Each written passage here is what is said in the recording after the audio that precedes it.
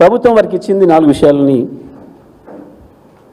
ఒకటి పీజీసీఐఎల్, అంటే నార్త్ నుంచి సౌత్కి విద్యుత్తును తీసుకొచ్చే లైన్. ఆ లైన్లో మేము దాన్ని కొనుగోలు చేసినాం, ట్రాన్స్మిషన్ హక్కుల్ని. దానివల్ల ఏదో ముందే పే చేయడం వల్ల వాళ్ళకి మనకేదో నష్టం కలిగింది, అది ఏం అవసరం వచ్చిందనే ఒక విషయం.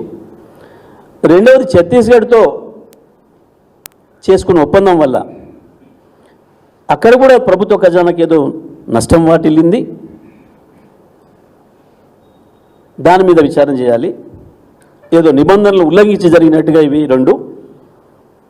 మూడవది, భద్రాద్రి పవర్ ప్లాంట్ విషయంలో ఏదో సూపర్ క్రిటికల్ టెక్నాలజీ వాడాల్సి ఉండే సబ్ క్రిటికల్ టెక్నాలజీ వాడినరు, దానివల్ల కూడా ఏదో నష్టం జరిగింది. పైగా అది నామినేషన్ పద్ధతుల్లో బిహెచ్ఎల్కి ఇచ్చిండ్రు, ఇది కూడా నిబంధనలకు విరుద్ధమైన విషయం. దానివల్ల ఏదో పొల్యూషన్కి నష్టం జరుగుతుంది, మొత్తం ఈ దేశమంతా చీకటైపోతుంది. దీనిపైన విచారణ చేయండి. 4వది, నల్గొండ జిల్లా దామర్చర్లో పెట్టిన Yadadri UMPP ultra mega power plant, భారతదేశంలోనే ప్రభుత్వ రంగంలో మొట్టమొదటిసారిగా నిర్మించదలబెట్టిన 4000 మెగావాట్ల విద్యుత్ ప్రాజెక్టు విషయంలో అది అక్కడెక్కడికి తీసుకుపోయి పెట్టిండ్రు. దానివల్ల బొగ్గు తీసుకుపోవడానికి దూరం అవుతుంది, దానివల్ల అదనపు భారం పడుతుంది. దీనివల్ల కూడా ప్రభుత్వ ఖజానాకు నష్టం జరిగింది, జెన్కోకి నష్టం జరుగుతుంది. కాబట్టి వీటిపైన విచారణ చేయండి అని చెప్పి వర్క్ ఇచ్చిండ్రు. ఈ 4 విషయాలకు సంబంధించి అసలు ఈ విచారణ కమిషనే ఒక అసంబద్ధమైంది. ఎందుకంటే దీంట్లో 4కి 4 కూడా మేము ఇచ్చింది ప్రభుత్వ రంగ సంస్థలకి. పీజీసీఎల్ లైన్ బుక్ చేసుకోవడానికి, ఛత్తీస్గఢ్తో విద్యుత్ ఒప్పందం చేసుకోవడానికి రెండిటికి లింక్ ఉంది, అవినాభావ సంబంధం ఉంది. అప్పటి వరకు భారతదేశంలో దక్షిణాదికి ఉత్తరాదికి విద్యుత్ సరఫరాకి అవకాశం లేదు, లైన్స్ లేవు. ఉత్తరాదిలో కొంత విద్యుత్ ఉత్పత్తి ఉన్నా అది మనం తెచ్చుకోవడానికి అవకాశం లేదు. లేక దక్షిణాదిలో ఉన్న 4 రాష్ట్రాలు తర్వాత విడిపోయిన తర్వాత మనం 5 రాష్ట్రాలకు కూడా తీవ్రమైన విద్యుత్ సంక్షోభాలు ఉన్నాయి. రాష్ట్రం ఏర్పడిన నాటికి మన పరిస్థితి ఏందో మనందరూ కూడా తెలుసు. మీ అందరూ కూడా దాంట్లో అనుభవం ఉన్నవాళ్ళు, బాధితులు, విద్యుత్ బాధితులు మనమందరం, తెలంగాణ ప్రజలందరం కూడా. రాష్ట్ర రైతాంగం పరిస్థితి ఏందో, ఎట్లా రాలిపోయినరో పిట్టల్లాగా, ఎట్లా చచ్చిపోయినరో విద్యుత్ వల్ల. పరిశ్రమలు మొత్తం బయటికి తరలిపోయి పారిశ్రామికవేత్తలు ఎట్లా ధర్నాలు చేయాల్సిన దుస్థితి, దానివల్ల నిరుద్యోగం ఎట్లా పెరిగిపోయిందో. ఒకవైపు వ్యవసాయ రంగంలో నిరుద్యోగం, మరొక వైపు పారిశ్రామిక రంగంలో నిరుద్యోగం ఎట్లా పెరిగిపోయిందో మనకు తెలుసు. మంచినీళ్ళకు కూడా ఇబ్బందులు పడ్డాం, చచ్చిపోతే శవాల్ని పారేసి స్నానాలు చేయడానికి ఇబ్బంది పడ్డాం. వాస్తవానికి పట్టణాలు నగరాలలో ఆనాటి జనరేటర్లు సృష్టించిన పొగకు మించి భద్రాద్రి పవర్ ప్లాంట్లో ఉత్పత్తి అయ్యే కరెంటు వల్ల వచ్చే పొగ వల్ల నష్టం లేదు. గన్ని లక్షల జనరేటర్లు ఉత్పత్తి చేసిన పొగతోని ఉక్కిరిబిక్కిరైనాం. ఒక షాపులకు పోతే షాపింగ్ చేయడానికి ఒకవైపు దాని చప్పుడుతోని పొల్యూషను, జనరేటర్ చప్పుడుతోని పొల్యూషన్, ఇంకొక వైపు దాని వాసనతోని, దాని నుంచి వచ్చిన ఎమిషన్స్తోని కోట్లాది మంది ప్రజలు ఇబ్బంది పడ్డాం. ఇదేది సోయి లేకుండా అటువంటి పరిస్థితులలో మొదటిసారిగా లైన్ వస్తుంది ఉత్తర భారతదేశం నుంచి దక్షిణ భారతదేశానికి, డిచ్పల్లి వార్ద. దాన్ని ఎవరు వీలైతే వాళ్ళు ముందు దాన్ని బుక్ చేసుకోవాల్సిన అవసరం ఉంటుంది. ఆ లైన్ బుక్ చేసుకోవాలంటే తప్పకుండా ఆ ఉత్తరాదిలో ఉన్న పవర్ ప్లాంట్ నుంచి ఏదో ఒక ప్లాంట్ నుంచి మనకు ఒప్పందం ఉండాలి. ఉంటేనే ఆ లైన్లో మనకు హక్కులు ఇస్తారు కొనుక్కోవడానికి. ఇది ప్రాథమికమైన సూత్రం. పీజీసీఎల్ అనేది ప్రభుత్వ రంగ సంస్థ, కేంద్ర ప్రభుత్వ రంగ సంస్థ.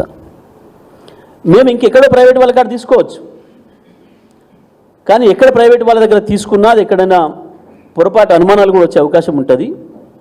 ఛత్తీస్గఢ్ ప్రభుత్వం నుంచే తీసుకుంటే ప్రభుత్వం నుంచి ప్రభుత్వానికి ఎక్కడ కూడా ఇబ్బంది లేదు. అయినా ధర నిర్ణయించేది ఈఆర్సీలు,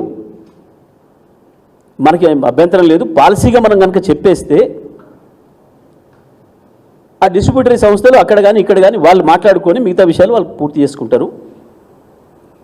పాలసీగా మనం నిర్ణయించడం మన బాధ్యత అని చెప్పి ఆనాటి ఛత్తీస్గఢ్ ముఖ్యమంత్రి రమణ్ సింగ్ గారికి కేసీఆర్ గారు మాట్లాడి, ఇట్లా పరిస్థితి ఉంది సార్, ఇట్లా మాకు ఇబ్బంది ఉంది, చీకట్లో ఉన్నాం మేము, మా రైతులు చచ్చిపోతున్నారు, పరిశ్రమలు దెబ్బతింటున్నాయి, మాకు అవసరం ఉంది విద్యుత్తు, మీ దగ్గర మిగులు విద్యుత్ ఉంది కదా మాకు ఇవ్వండి అంటే తప్పకుండా రండి అని చెప్పి వారు ఆహ్వానించారు.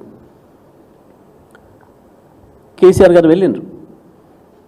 ఆ రోజు రమణ్ సింగ్ గారు ఇంకొక మాట కూడా చెప్పారు. ఛత్తీస్గఢ్ ప్రభుత్వం నుంచి కూడా ఒక ప్రకటన వచ్చింది. కేసీఆర్ గారితో పాటు మేము దత్తాత్రేయ గారిని కూడా మేము ఆహ్వానిస్తున్నాం అని చెప్పి కూడా వారు చెప్పింది. ఆ రోజు మేము తెలంగాణ ప్రభుత్వానికి ఇక్కడి నుంచి 1000 మెగావాట్లు ఇవ్వడానికి ఒప్పుకున్నాం అనే మాట కూడా ఎంత బహిరంగ విషయం. ఇక్కడ నేను రాష్ట్ర ప్రజలకు తెలియజేస్తా ఉన్నా, ఒక ప్రభుత్వం నుంచి ఇంకొక ప్రభుత్వం ఒప్పందం చేసుకుంటే దీంట్లో ఏమైనా ఒక రూపాయి అవినీతికి ఆస్కారం ఉంటుందా?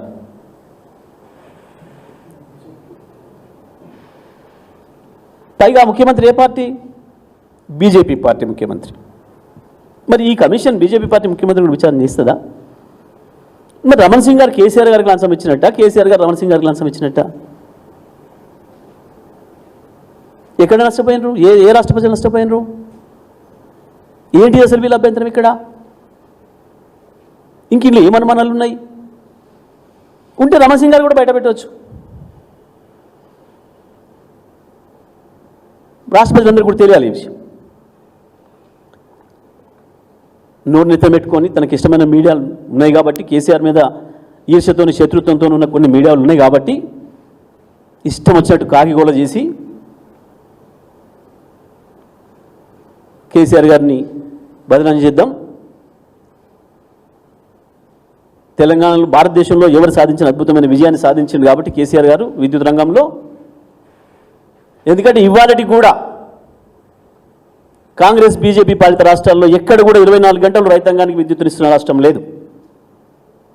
ఆ విజయాన్ని 6 ఏళ్లకేనే సాధించిన అద్భుతమైన పరిపాలకుడు విజనరీగా కేసీఆర్ గారు మాత్రమే నిలబడ్డారు.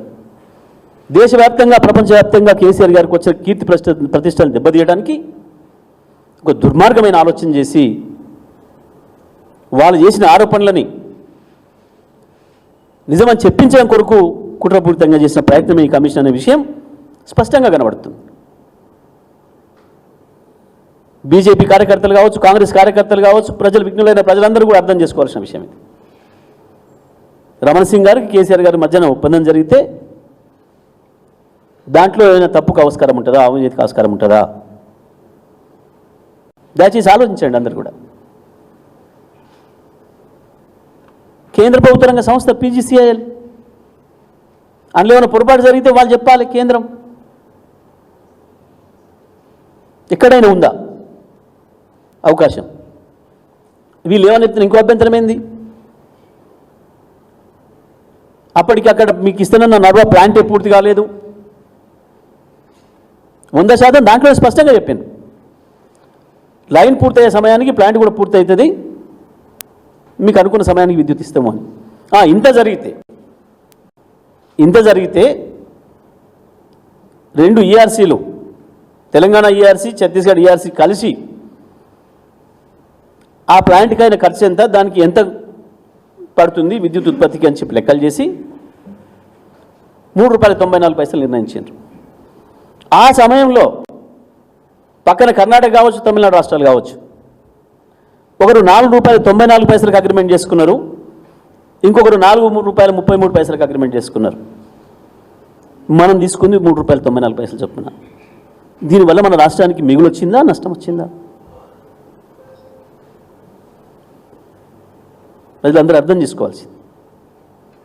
₹3.94 మనం కొంటే ₹4.94 తమిళనాడు, ₹4.33 కర్ణాటక కొనే సేమ్ టైంలో. ఏం జరిగింది ఇక్కడ?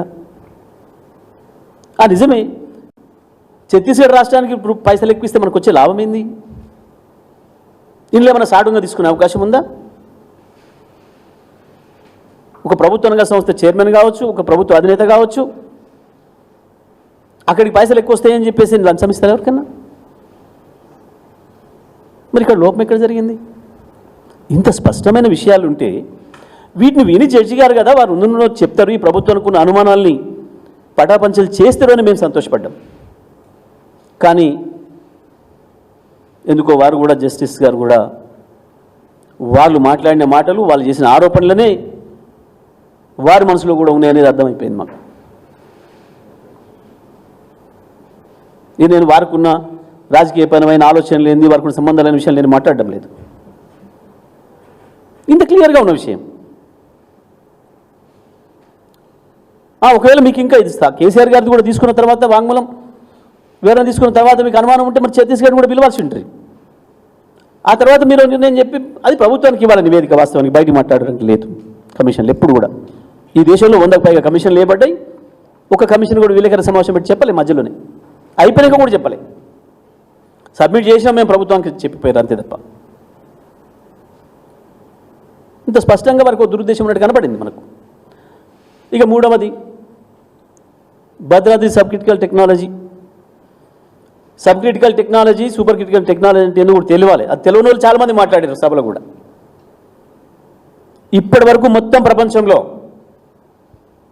2014 వరకు నిర్మాణమైన మొత్తం కూడా ఒక టెక్నాలజీ. ఆ టెక్నాలజీ అంటే ఏంటంటే మొట్టమొదటిగా 30 మెగావాట్లు లేదా 60 మెగావాట్లు, 100 మెగావాట్లు, 200 మెగావాట్లు, 500 మెగావాట్ల వరకే ఉత్పత్తి అయ్యేది ఒక ప్లాంట్లో, ఒకటే ప్లాంట్లో. ఆ తర్వాత కొత్తగా 800 మెగావాట్లు ఒకే చోట ఉత్పత్తి చేయడానికి కావాల్సిన టెక్నాలజీ వచ్చింది. దాన్ని సూపర్ క్రిటికల్ టెక్నాలజీ అని పేరు పెట్టినరు. అంతకుముందు వరకు ఉన్న మొత్తం టెక్నాలజీకి సబ్ క్రిటికల్ టెక్నాలజీ అని పేరు పెట్టినరు. Super critical technology, sub critical technology అంటే ఏంటంటే 800 లోపు మెగావాట్లు ఉత్పత్తి చేసే ప్లాంట్ టెక్నాలజీని సబ్ క్రిటికల్ టెక్నాలజీ అని, 800 పైన ఉత్పత్తి చేసే ఒకే చోట ఉత్పత్తి చేసే టెక్నాలజీని సూపర్ క్రిటికల్ టెక్నాలజీ అని పేరు పెట్టబడ్డది. పేరు పెట్టి ప్రపంచవ్యాప్తంగా ఈ తక్కువ కెపాసిటీతో ఉత్పత్తి అవుతున్న ఈ ప్రాజెక్టుల ద్వారా వచ్చే పొగ ఏదైతే ఉందో ఇది ఎక్కువ కార్బన్ ఎమిషన్స్ని ఇస్తుంది, పర్యావరణానికి కొంచెం ఇబ్బంది జరుగుతుంది, దానికి కొంచెం బొగ్గు ఎక్కువ ఉత్పత్తి అవసరం పడుతుంది. కాబట్టి దాన్ని ఇప్పటి నుంచి బంద్ పెట్టాలి, ఇప్పటి నుంచి సూపర్ క్రిటికల్ టెక్నాలజీనే ప్రోత్సహించాలి అని చెప్పి ప్రపంచవ్యాప్తంగా ఒక చర్చ వచ్చి దానికి ఒక అగ్రిమెంట్ జరిగింది అన్ని దేశాల మధ్యన. దాని ప్రకారం 2017 వరకు పూర్తయ్యే ఏ ప్లాంట్లు అయినా మీరు ఏ టెక్నాలజీతో పెట్టుకోవచ్చు. 2017 తర్వాత పూర్తయ్యే ప్రాజెక్టులు ఉంటే మాత్రం, ఇప్పుడు ప్రారంభిస్తే మాత్రం దాన్ని తప్పకుండా సూపర్ క్రిటికల్ టెక్నాలజీతో వాడాలి అనేది కేంద్ర ప్రభుత్వం యొక్క చట్టం. ఇది దీని ప్రకారం ఇవాళటికి ఈ రోజుకు కూడా మన రామగుండంలో ఉత్పత్తి అయ్యే విద్యుత్ కావచ్చు, భూపాలపల్లిలో విద్యుత్ ఉత్పత్తి కావచ్చు, మన కొత్తగూడెంలో 1720 కావచ్చు, అదేవిధంగా వీటీపీఎస్ విజయవాడలో ఉత్పత్తి అవుతున్న 1760 మెగావాట్లు కావచ్చు, ఆర్టీపీపీ అక్కడ పెట్టింది కావచ్చు, రాయలసీమలో మొత్తం కూడా సబ్ క్రిటికల్ టెక్నాలజీలో ఉత్పత్తి జరుగుతుంది. ఇది ప్రజలందరికీ తెలియాలి. మొత్తం సబ్ క్రిటికల్ టెక్నాలజీతోనే 60 మెగావాట్లు, 200 మెగావాట్లు, 500 మెగావాట్ల ప్లాంట్లతోనే ఉత్పత్తి జరుగుతుంది. ఈ సబ్ క్రిటికల్ టెక్నాలజీ మొత్తం భారతదేశంలో 90% ఉత్పత్తి సబ్ క్రిటికల్ టెక్నాలజీతోనే జరుగుతుంది. అటువంటి పరిస్థితులలో మన తెలంగాణ విద్యుత్ అవసరాలను దృష్టిలో పెట్టుకొని కేసీఆర్ గారు ఎవరికి ప్రైవేట్ వాళ్ళకి ఇచ్చినా, ఓపెన్ టెండర్లో పిలిచినా ఇవి వేరే తప్పుడు సంకేతాలు పోతాయి. ప్రభుత్వ రంగ సంస్థ బిహెచ్ఎల్ దానికి ఇవ్వడం ద్వారా మన పారదర్శకత తెలుస్తుంది అని చెప్పి అనేక మంది వచ్చారు. ప్రైవేట్ వాళ్ళు అనేక ఒత్తిళ్లు పెట్టిండ్రు. వీళ్ళు ప్రైవేట్ కంపెనీల తరఫున ఒత్తాసు తీసుకున్న వీళ్ళు వాటికి కట్టబెట్టలేదని అక్కస్తూనే అన్నాడు, ఎందుకు మీరు నామినేషన్ మీద ఇచ్చిండ్రు, ఓపెన్ టెండర్లో పిలిస్తే ఎవడో వచ్చేటోడు కదా, ప్రైవేట్ వాడు వచ్చేటోడు కదా, ఏంది ఇక్కడ పంచాయతీ అంతా, ప్రైవేట్ వాడికి ఇవ్వాలని వీళ్ళు, ప్రైవేట్ వాడికి ఇవ్వద్దు, ప్రైవేట్ వాడికి ఇచ్చిన మళ్ళీ వాడు బాయిలర్స్ ఇవన్నీ కూడా బిహెచ్ఎల్ నుంచే తేవాలి, చక్కగా బిహెచ్ఎల్కి వేసి ఒక ప్రభుత్వ రంగాన్ని ప్రోత్సహించినట్టు అవుతుంది, దాన్ని బ్రతికించినట్టు అవుతుంది. భారతదేశంలో అద్భుతమైన పేరున్న నవరత్నాల్లో ప్రధానమైందన్న బిహెచ్ఎల్ ఇప్పటి వరకు ఈ దేశంలో పెట్టబడిన అన్ని పరిశ్రమలకు మెషినరీ ఈక్విప్మెంట్ని ఇచ్చిన అది గొప్ప పరిశ్రమ. దాన్ని ప్రోత్సహించాలని ఒక మంచి ఉద్దేశంతో బిహెచ్ఎల్ని పిలిచారు కేసీఆర్ గారు. ఎందుకంటే ప్రైవేట్ వాడు తీసుకున్నా మళ్ళీ బిహెచ్ఎల్ నుంచి తీయాలి మొత్తం మెషినరీ ఈక్విప్మెంట్ అంతా కూడా, ఒక సివిల్ వర్కే వాడు చేస్తాడు. కాబట్టి ఇదంతా మనకెందుకు, బిహెచ్ఎల్కి అప్పచెప్దామని చెప్పి ఒక గుడ్ ఫెయిత్తో వారిని పిలిచారు. పిలిచి మాట్లాడేటప్పుడు వారు చెప్పిన మాట, మీరు అతి తక్కువ సమయంలో, ఎంత తక్కువ సమయంలో మీరు ప్లాంట్ని పూర్తి చేయగలుగుతారని మొదటి మాట కేసీఆర్ గారు అడిగింది వారిని. సార్ 800 మెగావాట్స్ సూపర్ క్రిటికల్ అయితే ఏదైనా మినిమం 5 years పడుతుంది. ఇప్పటివరకు భారతదేశంలో 5 ఏళ్లలో పూర్తి చేసిన ఒక్క ప్లాంట్ కూడా లేదు, 8 నుంచి 10 సంవత్సరాలు తీసుకున్నాయి.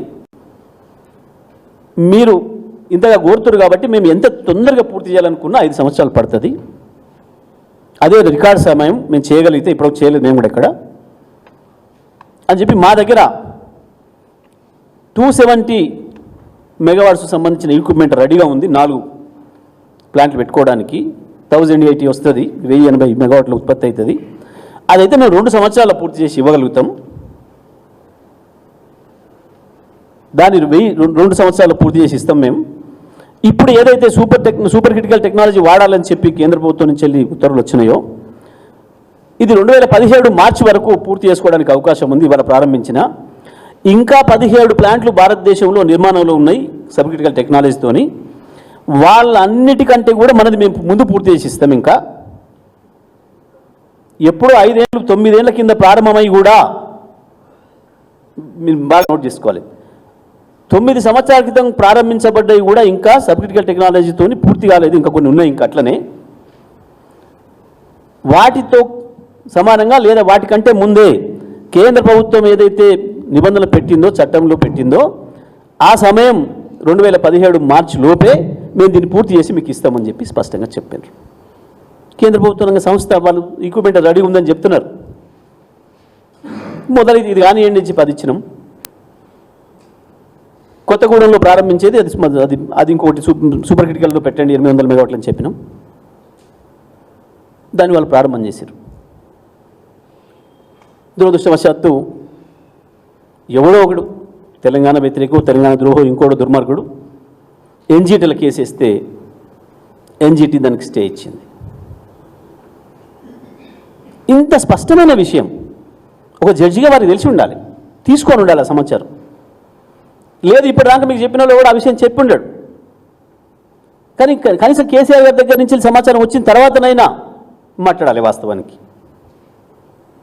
కానీ మీరు ఇంకో రెండో వైపు వాదన తీసుకోకుండా నిజంగానే ఇక్కడ ఏదో నష్టం జరిగింది అనే పద్ధతుల్లో మాట్లాడారు. ఇది ఎట్లా న్యాయం అవుతుంది? ఒక జడ్జిగా వారే మళ్ళీ ఆలోచన చేసుకోవాలి.